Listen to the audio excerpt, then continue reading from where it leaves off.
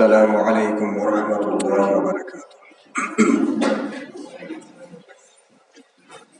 الحمد لله نحمده ونستعينه ونستغفره ونؤمن به ونتوكل عليه ونعوذ بالله من شرور أنفسنا وسيئات أعمالنا.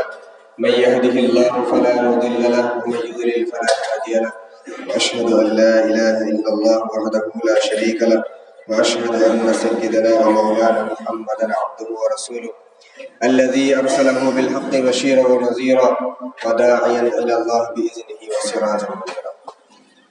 أما بعد، أعوذ بالله من الشيطان الرجيم. بسم الله الرحمن الرحيم. إن الله لا يغير ما بقوم حتى يغيروا ما بأنفسهم. صدق الله العظيم. رب اشرح لي صدري ويسر لي أمري واحلل عقدة من لساني يفقهوا قولي.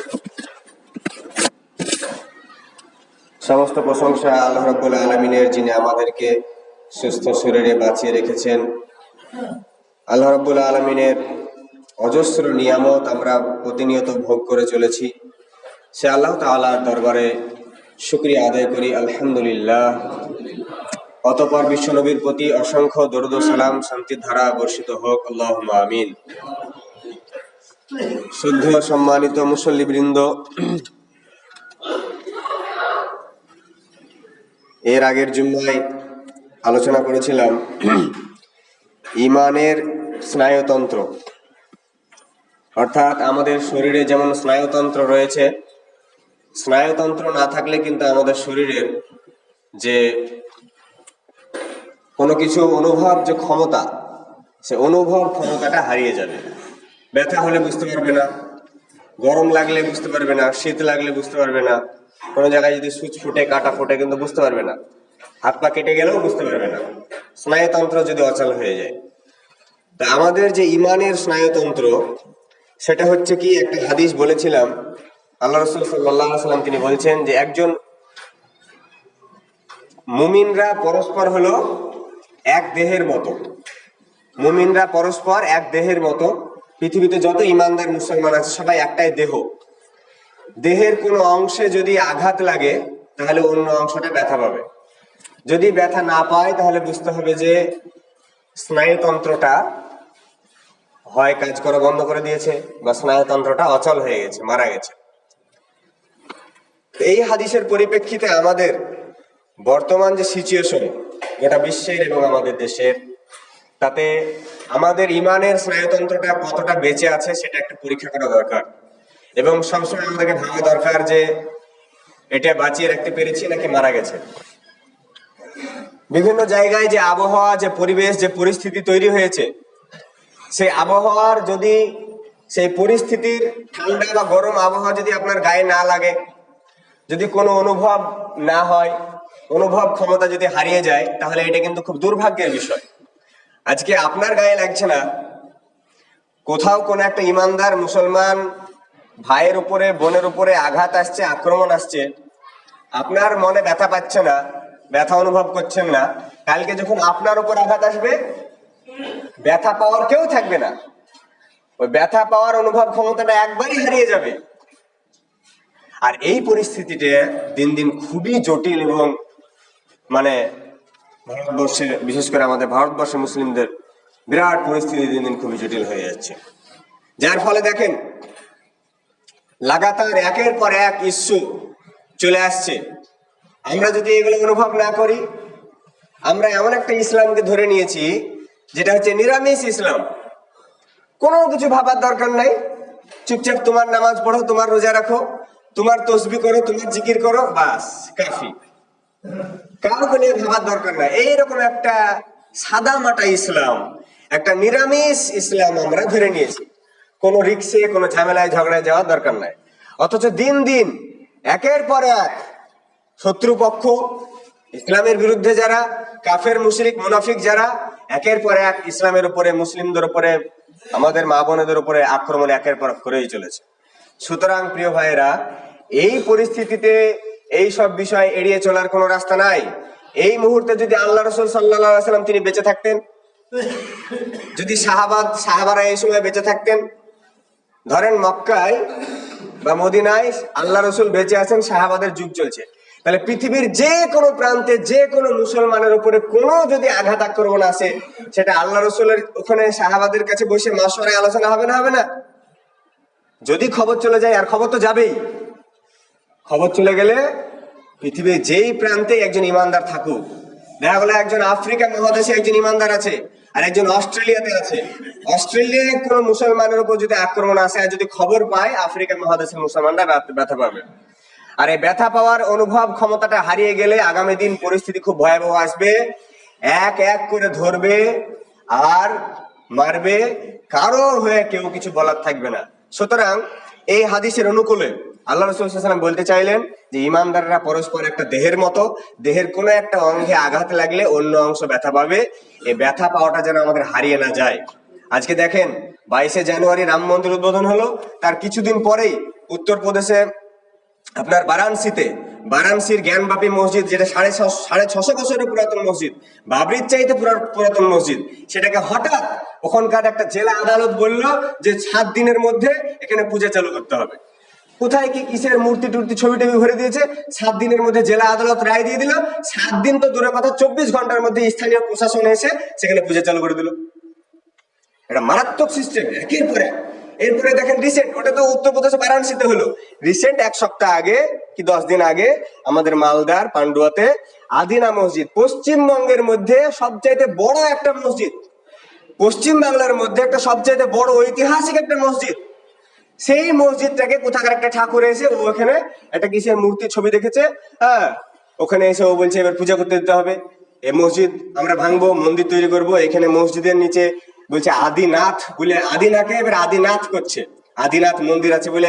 এই নিয়ে গোটা বাংলায় এবার তোলপাড় হুলস্থুল। এগুলা হঠাৎ করে ঘটছে না, এগুলা সব প্ল্যান করে ধীরে সুস্থে ঠান্ডা মাথায় একের পর এক করছে এবং এইভাবে মুসলমানদেরকে উগ্র করার চেষ্টা করছে।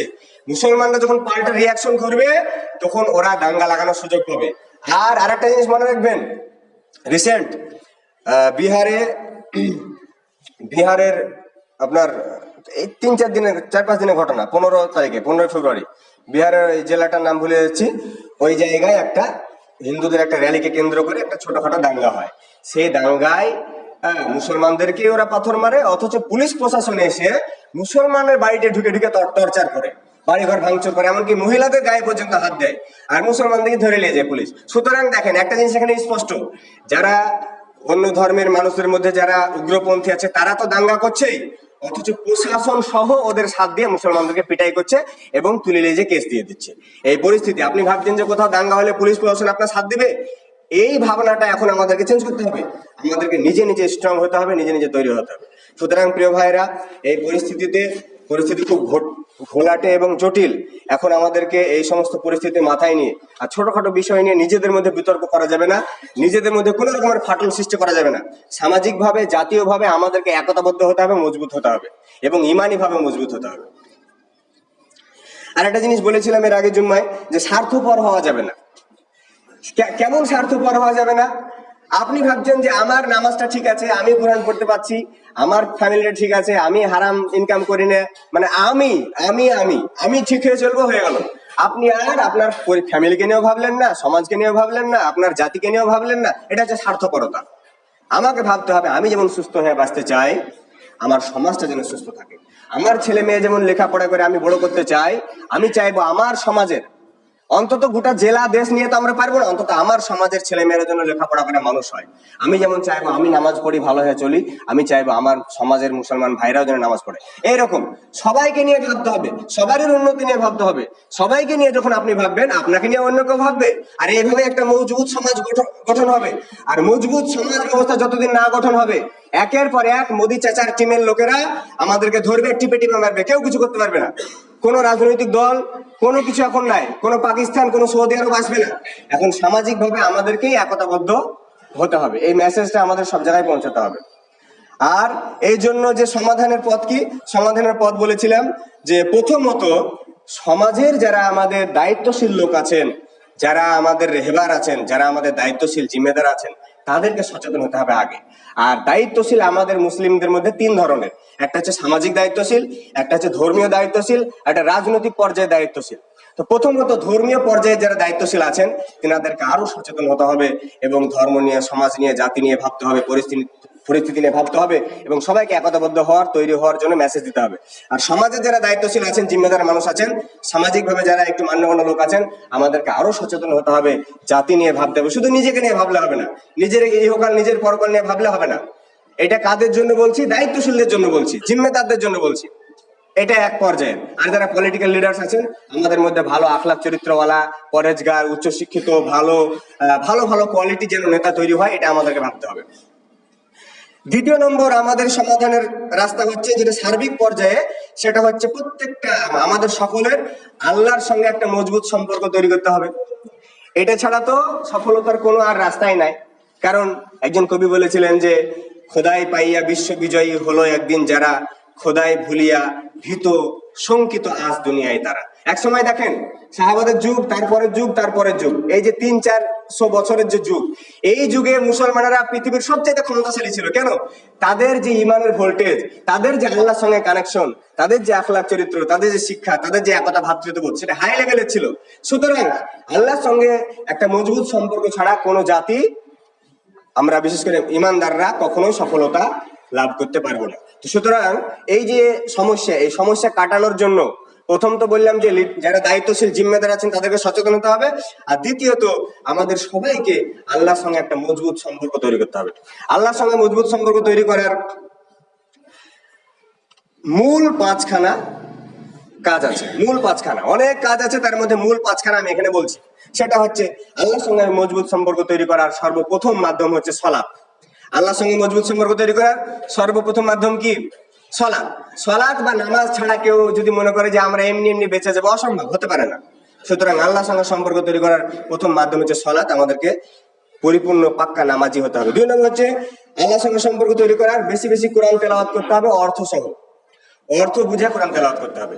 কোরআনটা আল্লাহ নাজিল করেছেন কোন ভাষায়? আরবি ভাষায়। কোন দেশে নাজিল করেছেন? আরবে, তাই তো? আরবের ভাষা কি ছিল? আরবি। তো আরবে যদি ইংরেজিতে নাজিল করতো আল্লাহ, ওদের অসুবিধা হতো না? আবার ট্রান্সলেট করে কার খুঁজে বেড়াতে হতো। তা আরবে নাজিল করেছে আরবি ভাষায়, ভারতবর্ষে নাজিল করলে হয়তো হিন্দিতে বা উর্দুতে নাজিল করতো। তো এই জন্য আল্লাহ কোরআন কেন নাজিল করেছে? বুঝার জন্য, নাকি শুধু রিডিং পড়ার জন্য? কি না, শুধু রিডিং পড়ার জন্য না। তো কোরআন মানে বুঝে যত পড়বেন আল্লাহর সঙ্গে সম্পর্ক তত মজবুত হবে। সুতরাং আল্লাহর সঙ্গে সম্পর্ক মজবুত করার দ্বিতীয় সবচেয়ে বড় মাধ্যম হচ্ছে কি? কোরআন অর্থ বুঝে বেশি বেশি পড়া। তৃতীয় মাধ্যম হচ্ছে যাবতীয় বড় যে পাপগুলা, মেজর সিনস, সেগুলো আমাদেরকে ত্যাগ করতে হবে। হাদিস এবং কোরআনের ব্যাখ্যা অনুযায়ী প্রায় 100টা বড় গুনাহ রয়েছে। হ্যাঁ, তার মধ্যে হচ্ছে আপনার মিথ্যা কথা বলা, ব্যভিচার, তারপরে সুদ, ঘুষ, জুয়া, তারপরে আপনার আল্লাহর সঙ্গে শিরিক করা, পিতামাতার অবাধ্য হওয়া, নামাজ পরিত্যাগ করা, এইভাবে প্রায় 100টা বড় গুনাহ রয়েছে।